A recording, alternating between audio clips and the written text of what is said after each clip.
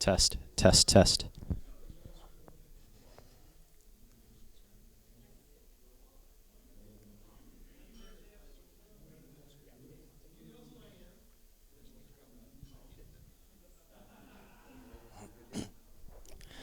Well, thanks for coming by, guys. It's always tough being one of the last presentations of the day, right? Because everybody's winding down for the day. So I appreciate you coming out. I promise to make it very interesting, very exciting. And if you get at least a few gold nuggets out of this presentation, then I'll consider it a success. So my name is Mike Raggo. I work for Mobile Iron, but on the side for many years, I've done a lot of research in data hiding and steganography. In conjunction with a good buddy of mine who I'll tell you more about in a moment. So as of late, we collaborated and released a book as well. I've got a copy of it up here if any of you guys want to check it out. And we released it on Singris. So if you're into this kind of stuff, certainly check it out, see if it might be something you're interested in.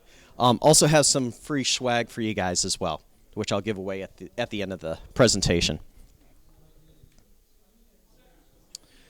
So about myself, don't really want to get into this in too much detail, but I run a website, spyhunter.org, that I've had for a long, long time.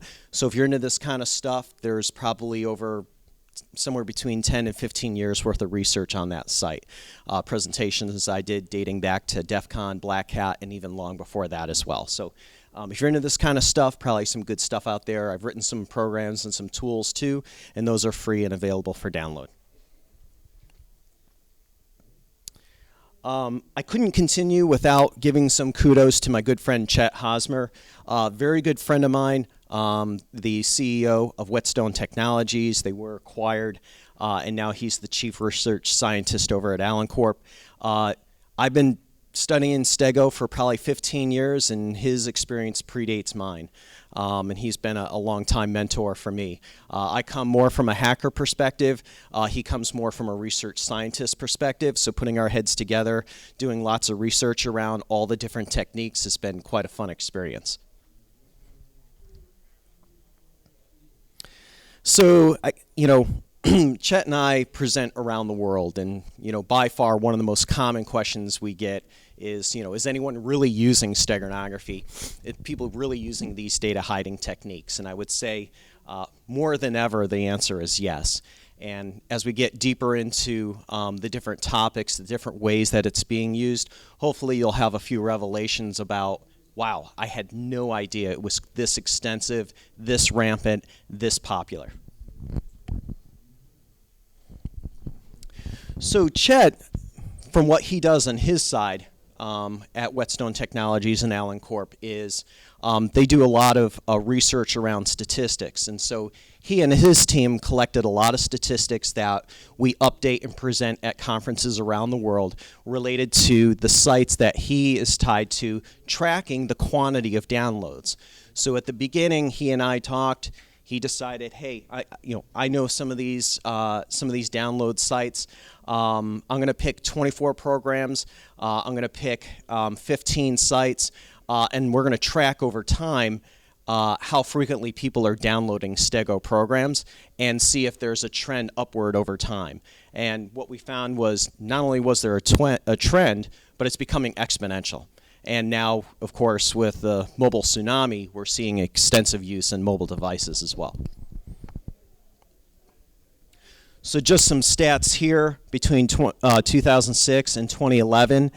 He's getting ready to refresh this with some current stats as well. But you can see the trend. And again, this is just from 15 of the most popular download sites and 24 programs. And there's more than over 1,200 that we have categorized today. That this is just a very small slice of the pie. So it's well into the millions, if not tens of millions of downloads on an annual basis. Anybody here ever read The Code Breakers by David Kahn? Okay. So if you're not familiar with David wrote a very controversial book in the 1960s called The Code Breakers. He did a chronological history of covert communications, secret communications, hiding techniques predating the internet era. all the way back to Egypt, China, and so forth. And it's quite an extensive book. It's about 1,000 pages. And it was quite influential to both of us. It's a great, great read if you enjoy reading the history about a lot of that stuff. What Chet and I tried to do is, since we're obviously more from the internet age, is try to take it from where David left off, predating for the most part the internet age, and kind of tracking this growth beyond that more from a digital perspective. So as we started to see steganography programs come out around 96, 97, 98, and then up to September 11th, 2001, a lot of the programs that were out there were sort of duplicates of one another. There were some fairly common techniques in terms of LSB, or least significant bit types of data hiding, prepending or appending data to different types of digital photographs, whether they be JPEGs, bump files, GIFs, and so forth.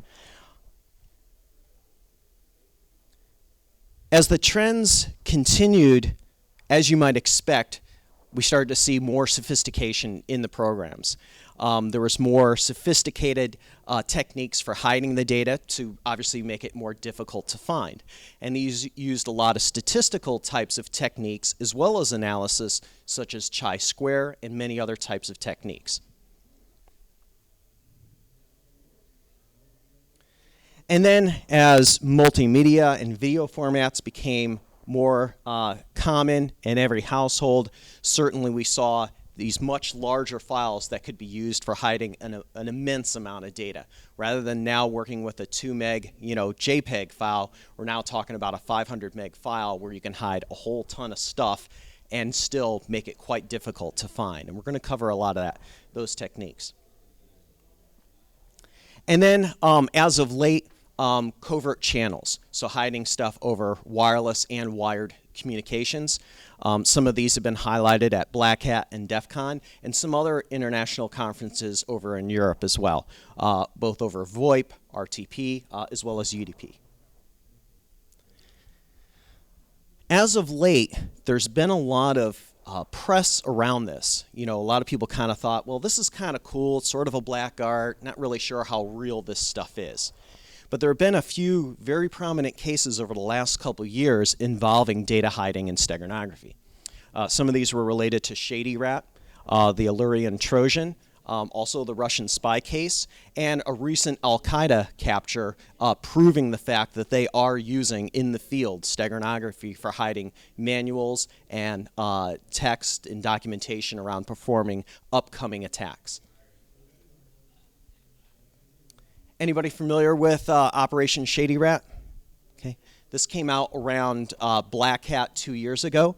McAfee had been doing a lot of behind-the-scenes analysis on this sort of Trojan and malware and tracking a lot of the CNC channels.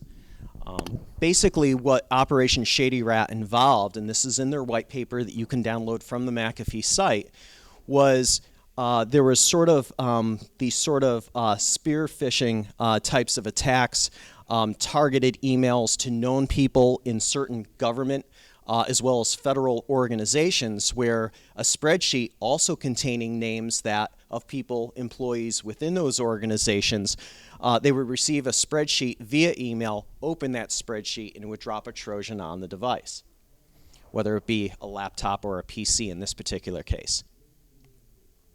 So, spreadsheet, totally usable, looks totally legit. Unbeknownst to the user, Trojan horse gets dropped onto the device. And once the Trojan was installed, this is where we get into the Stego stuff. So, programmed in it were some hard-coded URLs. These reached out to some common websites like WordPress, things like that, to then obtain pictures posted on those sites. And embedded in those pictures were the command and control IP addresses, which once they were downloaded to the Trojan, he would know, okay, this is who I speak to, and now that I've got the device infected, they'll be coming in and there'll be a back channel by which all this information will allow espionage and data to be sent out to the internet, to these locations in China, Shanghai, and other places.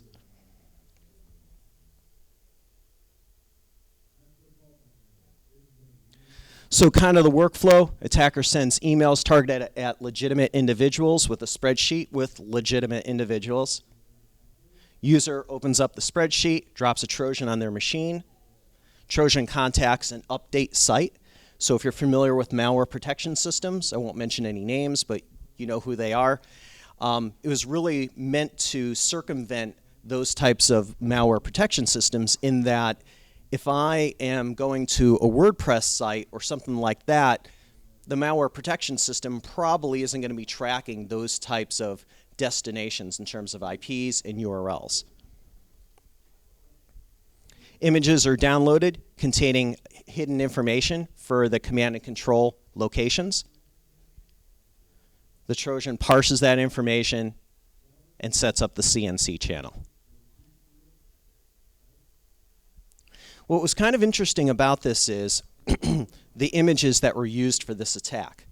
So considering the quantity of companies, countries, and federal organizations impacted by this, the picture you see here on the left of the woman was used in the first Steganography program dating back to day one, even predating me and my research. So Chet went back, investigated, and this also has been used in a lot of books. It's been used in a lot of other programs. So it's almost, I don't want to say humorous, but almost, blatant that, this picture that's been known to be used in so many steganography and data hiding situations was used in this huge, massive attack that pilfered information from a ton of huge organizations.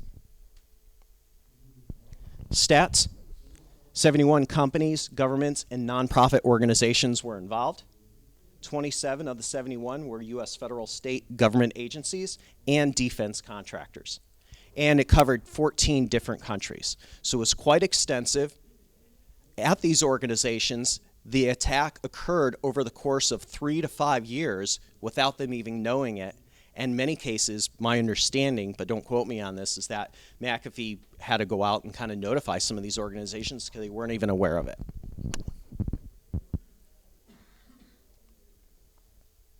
So in a similar situation, a few months later, the Alureon Trojan came out, and this impacted Windows machines.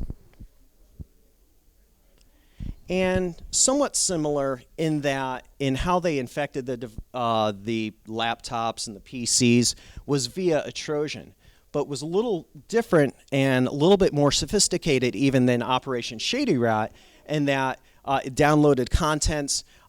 There was a level of encryption that was used. There was a password that was embedded on it, but it still reached out to websites, just plain old WordPress websites that don't appear to be malicious at all. And on there would be pictures containing steganized information within photographs that the Trojan would pull down and leverage again for different types of attacks, command and control functions, things like that.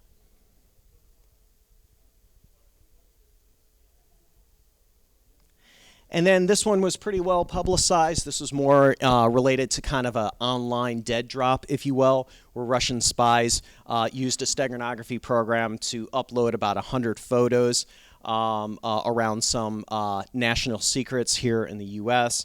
They actually identified this while they were in a coffee shop over Wi-Fi, is my understanding. But in this case, a lot of hidden data was pulled out of these images that were transferred.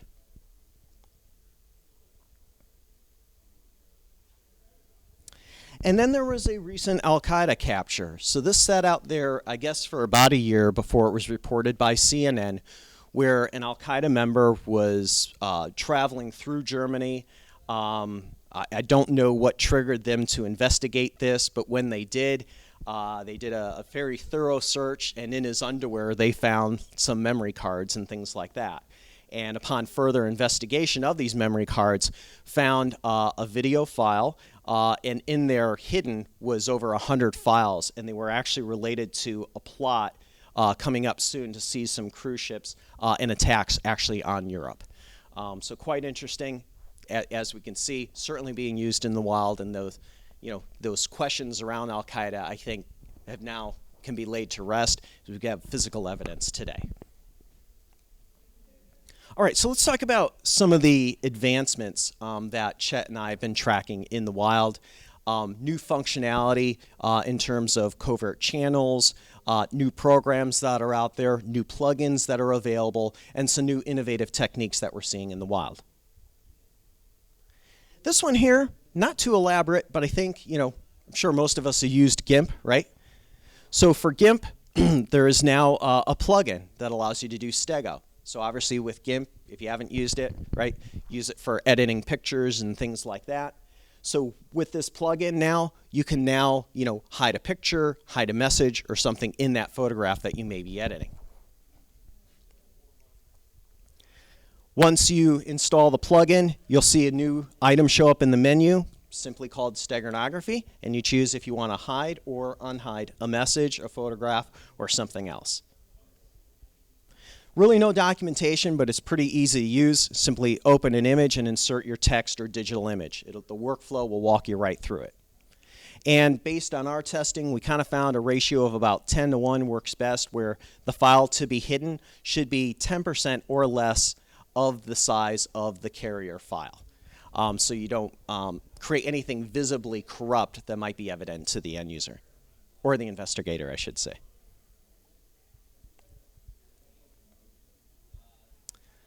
Anybody familiar with Mark Baggett's Stealth ADS presentations?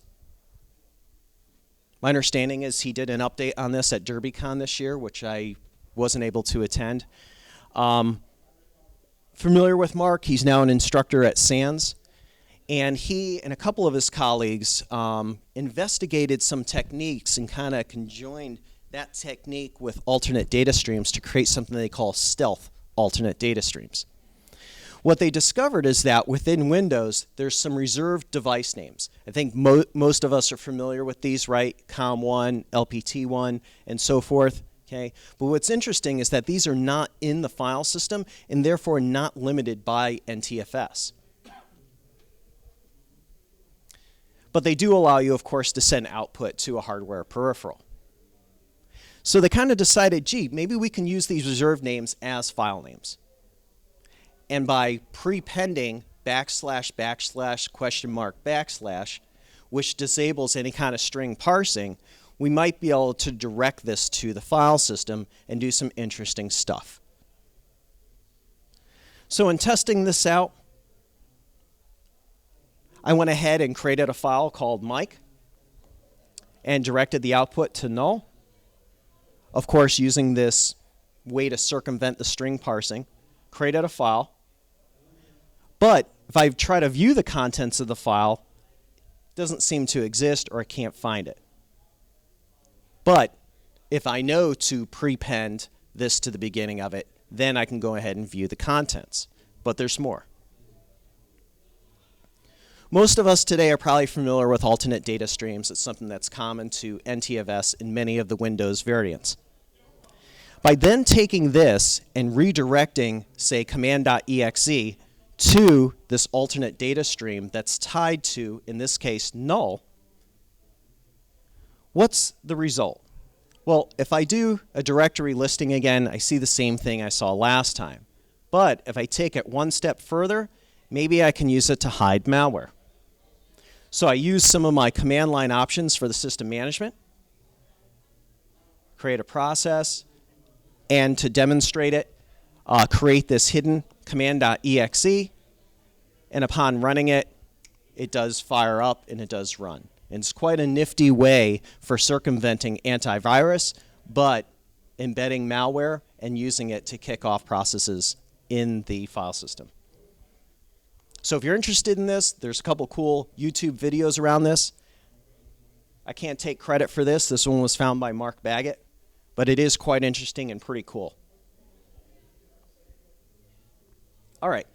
So, like I said, Chet and I collaborate on a lot of data hiding research. Again, I kind of approach it more from a hacker perspective. So I said, well, wouldn't it be cool if I could maybe hide data in a virtual machine? And some people were like, well, why the heck would you want to do that? And I came back and said, well, the file is usually pretty monstrous, so maybe I can hide some monstrous amount of data. So I went ahead and tried to prove my theory. On the VMware site, you can download a bunch of VMs, right? Or you may have your own. Went ahead and took that common picture just to prove a point, inserted a payload into the virtual machine. How did I do that? Well, I went ahead and discovered a couple ways, just like with a picture file, in which there is not only headers, but also padding, or lots of zeros within the file. And as a result, I was not only able to determine that I could hide data in the virtual machine, but I also was able to do it without changing the file size. And if I play the VM, there's no impact to the payload, so it doesn't corrupt it, and I can still extract it. And finally, VMware doesn't tell me that it was modified at all. So it was quite interesting, and if you're interested in that, I cover a lot more details about it in the book as well.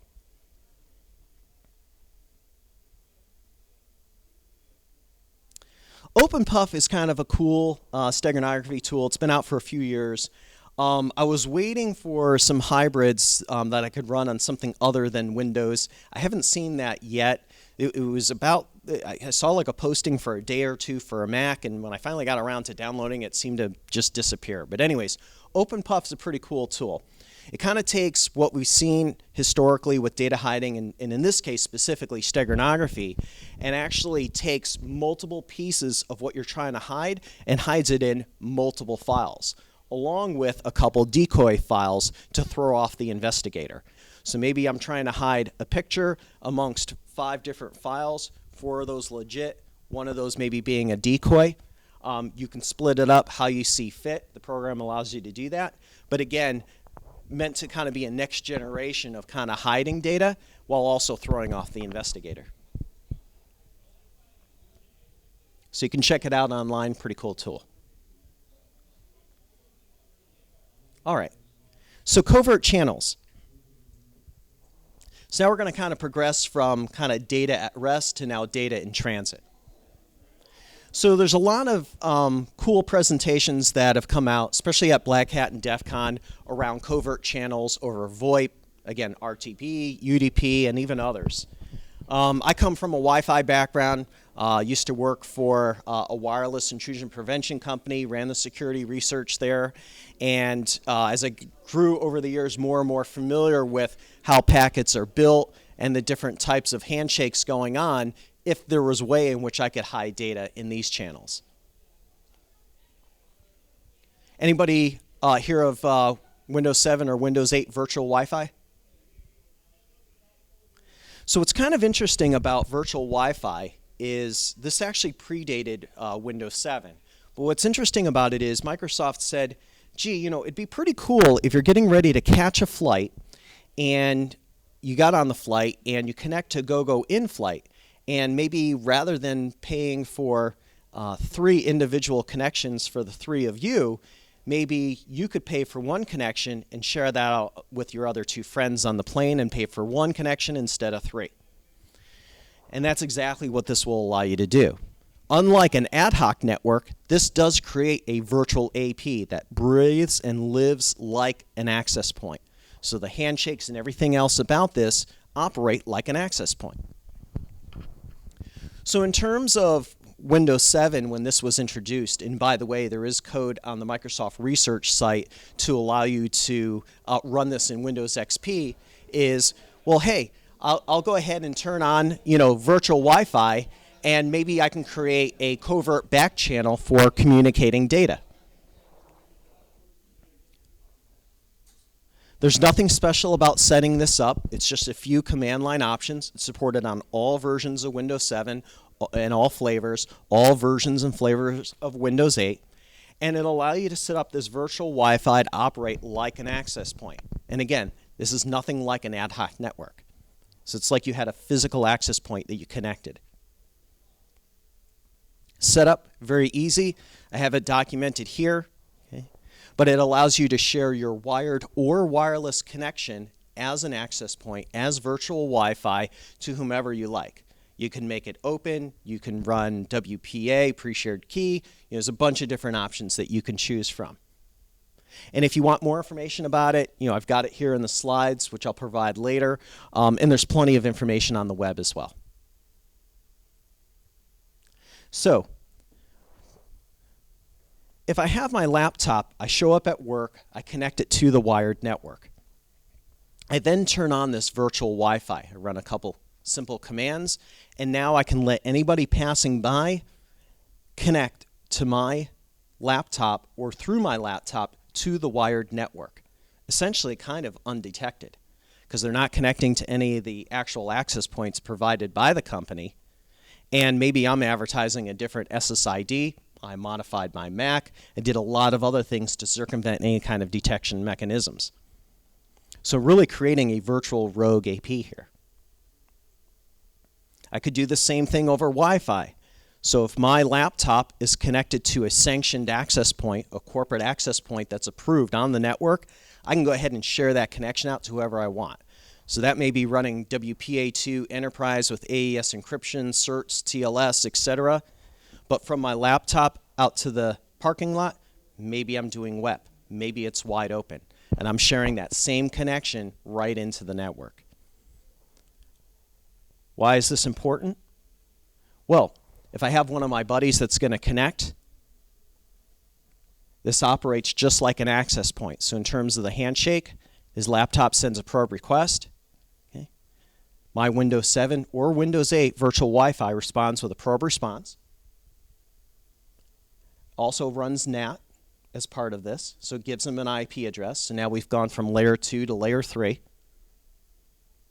And maybe he could connect into the network, or maybe I can create a covert channel for sharing information out that probably no one would ever detect.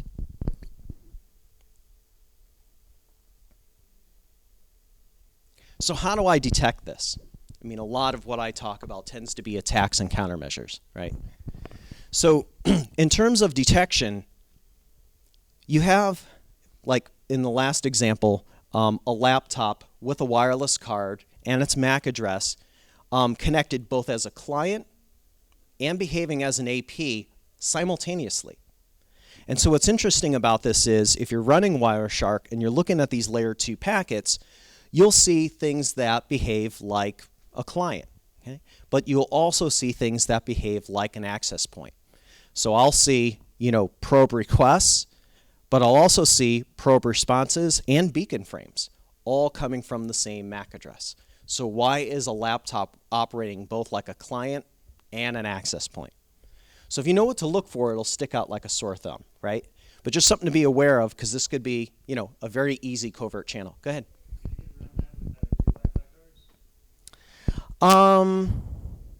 It's a good question. I honestly don't know. I know that when we tested it with something other than the built-in Wi-Fi card, it worked much the same. Occasionally, when we looked at the stack and we looked at a number of things on the laptop, occasionally we would see a different MAC address. But we found that was only the case if you added in like a third-party card into the laptop. But if you're using the built-in Wi-Fi card, which most people are doing today, right? Same MAC address. So, good question.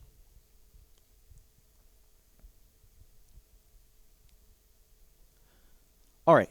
So really, we're comparing packets from access points versus wireless clients. And at the end of the day, hey, why do I see, probe request and probe response packets and beacon frames all coming from the same device or same MAC address?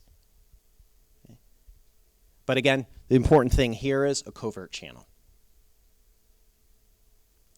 What about Macs? Yep, same thing on Macs as well now. All right. Something else I kind of investigated with something called beacon stuffing. Now, this was originally created years back around the Windows XP days and is available on the public Microsoft Research site.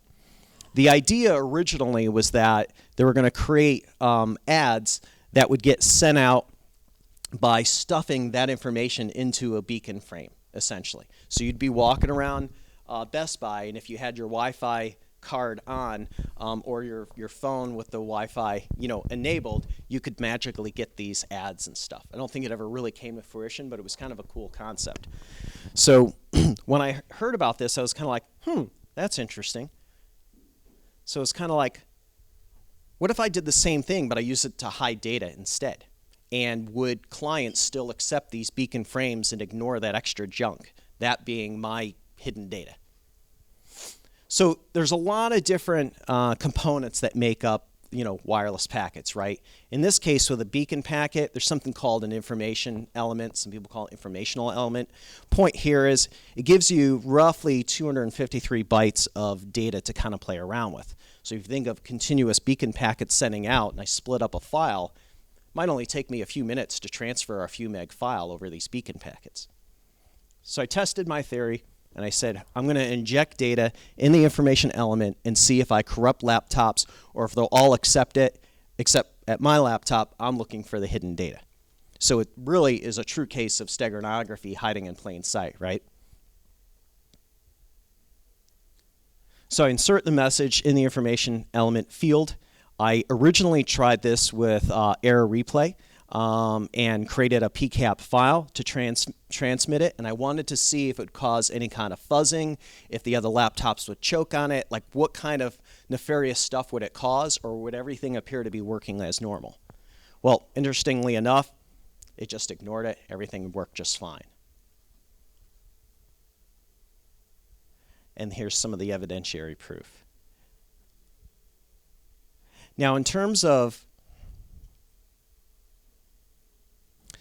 other ways it could be used, I had some DDWRT, boxes hanging around. I had some Linksys boxes that I installed DDWRT, and yep, I could do it on that too. So it's kind of interesting. So I called it Stego stuffing to kind of spin off of what Microsoft had called beacon stuffing. All right, I know we're running short on time, and I want to squeeze in as much information as I can. So I work for a new company now where we specialize in mobile security. So I'm always poking around a lot with mobile devices. I've got a ton of them because I need to do a lot of research. And so Chet and I have been doing a lot of research around mobile devices. Obviously, this is the next frontier, right? We're in the mobile tsunami. What apps are out there? In the Android marketplace, on the Windows or Microsoft Store, or in iTunes or the App Store. And as you might expect, tons of different data hiding programs, steganography programs sitting out there. They are growing a little bit more in terms of sophistication, so we kind of talked old school and we went through that timeline at the beginning, okay, in terms of what we're seeing here in kind of current day.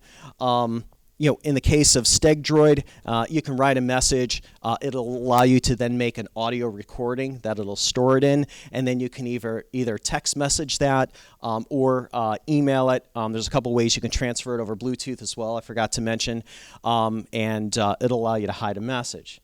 Now, what's interesting about this is you've got some options, including paranoid, where one of the most common ways in which people get caught hiding data and using steganography and communicating covertly is leaving remnants left over after they've hidden the data and sent it, right?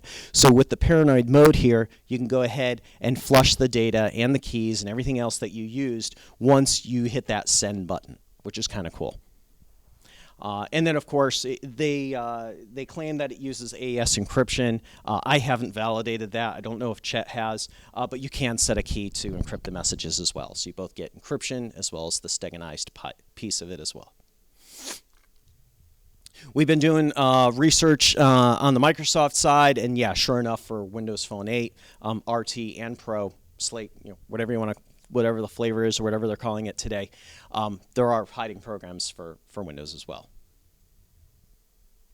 So, again, kind of getting back to the attacks and countermeasures then, like, how do I detect this stuff? If I'm a corporate IT guy or something else, what do I have at my disposal to maybe detect this stuff and put in some type of mitigation, remediation, reactive, proactive countermeasures, and so forth? Well, a lot of the products that are out there today in terms of mobile device security do provide you with some pretty cool options. If the devices at your corporate facility or federal facility are under some type of management, there are a lot of advanced features that you can take advantage of today. There are, we kind of progressed from old school whitelist and blacklist, which could be cumbersome, right, with hundreds of thousands of apps in the Android store or in iTunes and so forth. Like, do you really want to go managing that blacklist? Like, I don't. it's an impossible task.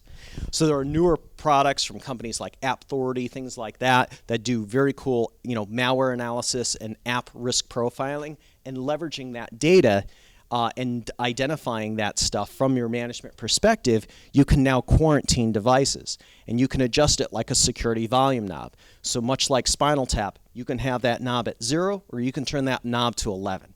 And in terms of what you want to do from a security perspective and your quarantine, there are a lot of flavors and options that you can do. You can do something simple as getting an alert, or you can say, when I quarantine this device, I'm going to cleanse all the corporate data off of it. I'm going to wipe the container. I'm going to wipe all the container's data. Maybe I want to do a factory reset. You decide to what level you want to adjust that security volume knob. But that exists today, and it does provide you a countermeasure for a lot of these data hiding and steganography apps that are out there in the wild. In addition, a lot of the products out there with the containerization prevent different types of data leakage in terms of the DLP controls that they have. So whether it be containerization, a secure bus, permitted apps, not permitted apps, you can control things now down to the level of blocking screenshot, copy, paste, things like that, or a lot of what we see, historically with steganography, editing files and injecting different types of hidden data into it. So a lot of these countermeasures are very effective with this type of thing. And then, of course, now the spinoff of SE Linux, we've got SE Android now showing up in a lot of devices, for example, Samsung Knox. So your product may identify, hey, I've got, a steganized or a steganography app. Maybe I get notification in the logs about that. Maybe I also want to go ahead and quarantine that as well. So you define again how you want to adjust that security volume knob. In terms of quarantine, again, there's a lot of different options you can choose from. You can remove the corporate email, corporate apps, remove the VPN and Wi-Fi configs, do selective wipe, full wipe, a lot of different options you can choose from. Other detection methods. So there are a lot of tools out there. Chet, very good friend of mine, works at Whetstone. They've been doing steganography research for many years. They've got a commercial application that does a lot of analysis and identification of that kind of stuff. If you want to do your own research around this, like I have, again, I kind of come more from a hacker kind of background, I'll go ahead and download a steganography app, analyze the code, analyze the behavior of it, reverse engineer it, and then see if I can understand how I might be able to detect it. Maybe there's a fingerprint or a method by which they hide the data. Maybe they append or prepend something to the file so that they know when they try to decode it that, yes, there's definitely a hidden message in this, and it was definitely hidden with the program that I'm using to decode it. So there are a lot of interesting ways in which you can detect that stuff. When it comes to the mobile devices, I also examine the behavior using something like Android SDK and DDMS. So I'll connect up the Android device to my laptop, I'll fire up the Android SDK, and I'll go ahead and run the program and analyze the behavior from that perspective as well. And it does yield some very interesting results. So here's an example here where I went ahead and did exactly that, exercised the program, analyzed the behavior. At DoD Cybercrime 2012, there was a guy, Jacob Williams, that used the immunity debugger. Some of you guys may be familiar with this. He went ahead and analyzed and demonstrated this in his presentation, Contraband, the Hell Edition, in hiding a file and identifying where and how it stores the password. And he was able to identify that and reverse engineer the program, which was kind of cool. Way back, when I did the presentations at Black Hat and DEF CON, later at the Pentagon as well, I talked a lot about using Snort and building out these signatures in a signature database. And here's just some examples of some of the signatures that I wrote. These are very simplistic, right? There are definitely some more that are more sophisticated as well. But certainly, there are methods you can detect this over the wire and over the air as well. In terms of future predictions, we cover a lot of that in the books. We talk about today's existing technologies and countermeasures and where they're productive, but also the shortcomings of those, and other methods futuristically that we think may work very well in terms of not only detecting data hiding and steganography, but preventing it. So Chet has done some very cool research around jamming techniques. And I have some other research around some other techniques, and some of which I actually covered today in terms of hiding techniques and then countermeasures as well.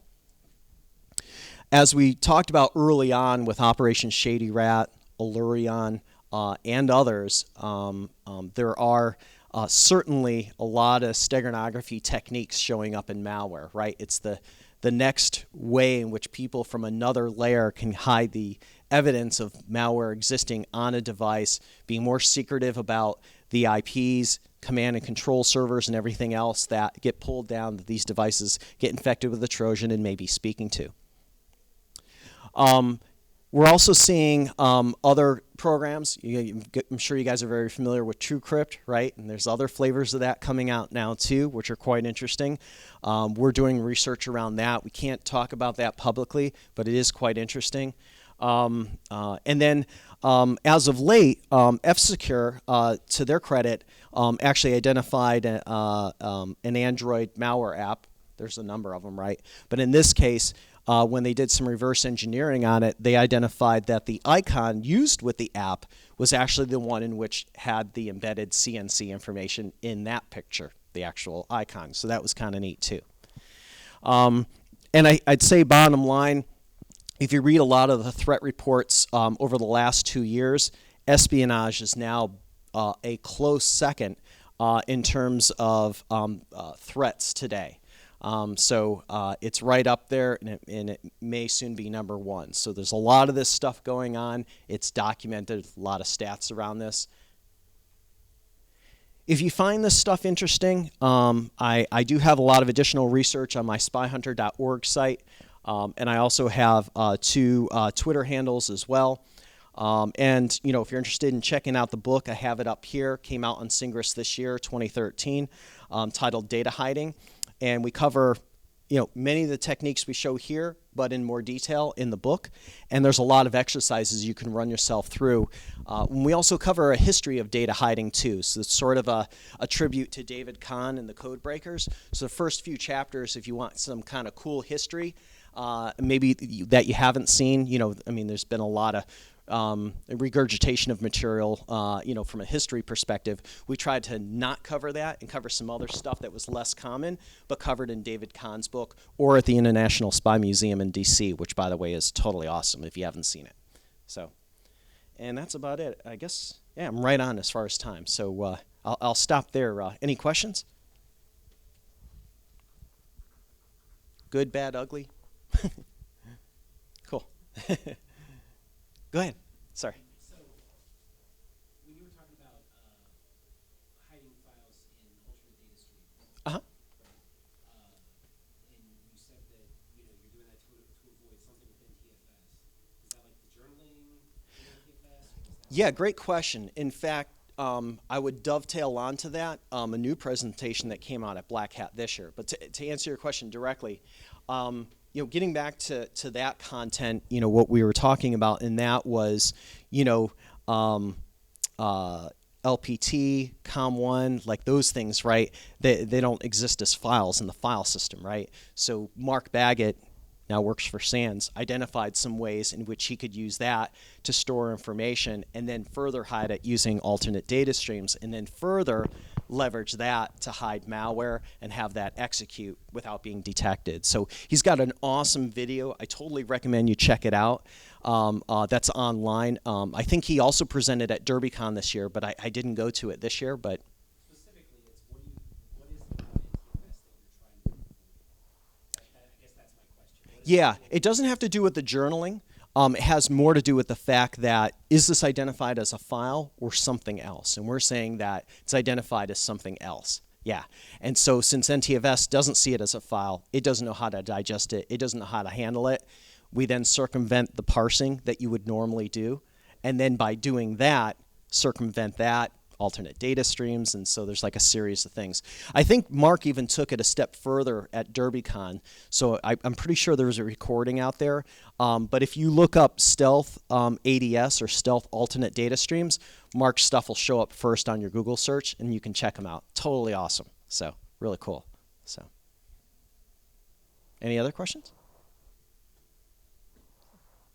Cool. Well, thanks for coming out, guys. Really appreciate your time. I know it's late on a Saturday. I got to drive back to Atlanta this evening, but I really appreciate you coming out. I do have some free wipes up here. They're kind of microfiber wipes, so you can come up and grab one. Yeah, I needed to clarify wipes, right? But yeah, they're pretty cool. I mean, for glasses, you know, your phone, iPads, whatever. And if you want to check out the book, I've got it up here as well. So thanks for coming out.